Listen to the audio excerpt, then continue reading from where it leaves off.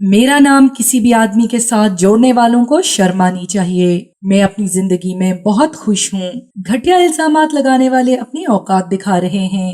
ناظرین، مشہور سندھی ایکٹریس آخر اتنا برہم کیوں ہوئیں؟ سندھ کی دھرتی تو ہے ہی خوبصورت اور ٹیلنٹڈ لوگوں کی۔ آج بھی ہم بات کریں گے سندھ کی ایک مشہور ایکٹریس، ماڈل اور ہوسٹ کے بارے میں۔ ناظرین، صدف بھٹو نہ صرف خوبصورت ہیں بلکہ وہ ایک انتہائی ٹیلنٹڈ ایکٹریس بھی ہیں۔ صدف کا تعلق لڑکانہ سے ہے اور ان کو میڈیا انڈسٹری سے وابستہ ہوئے 10 سال سے زائد کا عرصہ ہو چکا ہے۔ اگر صدف کی ذاتی زندگی کے بارے میں بات کریں تو ان کے بارے میں لوگ کافی باتیں منسوب کر رہے ہیں۔ کبھی ان کا اور غلام حسین عمرانی کا شادی کا قصہ مشہور ہوا تو وہیں لوگوں نے ان کے اور ارشاد جاگرانی کے افیئر کی بات کی، لیکن اس سب پہ صدف بھٹو نے سخت رد عمل دیتے ہوئے ان تمام افواہوں کی تردید کی اور کہا کہ ان کی عمرانی کے ساتھ شادی کی افواہیں بے بنیاد ہیں اور ایسی افواہیں اڑانے والے لوگوں کو شرم آنی چاہیے۔ کسی بھی مرد کو کسی بھی عورت کی ذاتیات پہ بات نہیں کرنی چاہیے، کیونکہ ان کے اپنے گھر میں بھی بہن بیٹیاں ہیں۔ اگر لوگ ان کا نام کسی کے ساتھ جوڑیں گے تو آپ کو کیسا لگے گا؟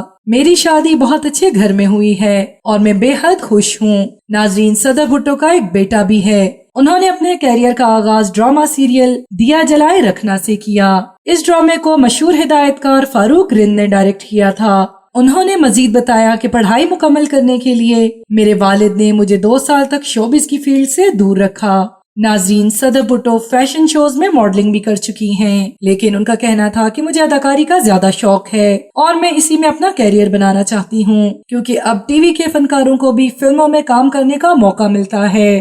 صدف بھٹو نے سندھ ٹی وی، KTN، کشش، آواز ٹی وی اور دھرتی ٹی وی میں بھی کام کیا اور صدف بھٹو نے اپنے کیریئر کا آغاز بھی دھرتی ٹی وی سے کیا تھا۔ ناظرین، PTI کے رہنما حلیم عادل شیخ صدف بھٹو کے بہنوئی ہیں اور صدف بھٹو کی بہن دعا بھٹو سندھ اسمبلی کی ممبر بھی رہ چکی ہیں۔ ان دونوں نے خفیہ شادی کر رکھی تھی، جس کا چند سال قبل ہی انہوں نے اعتراف کیا۔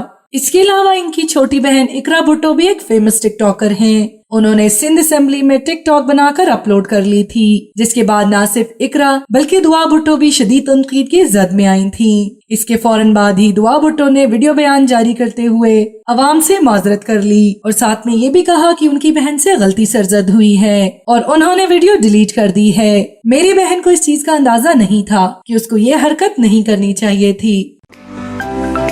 To watch more videos, please subscribe to our channel and click the bell icon.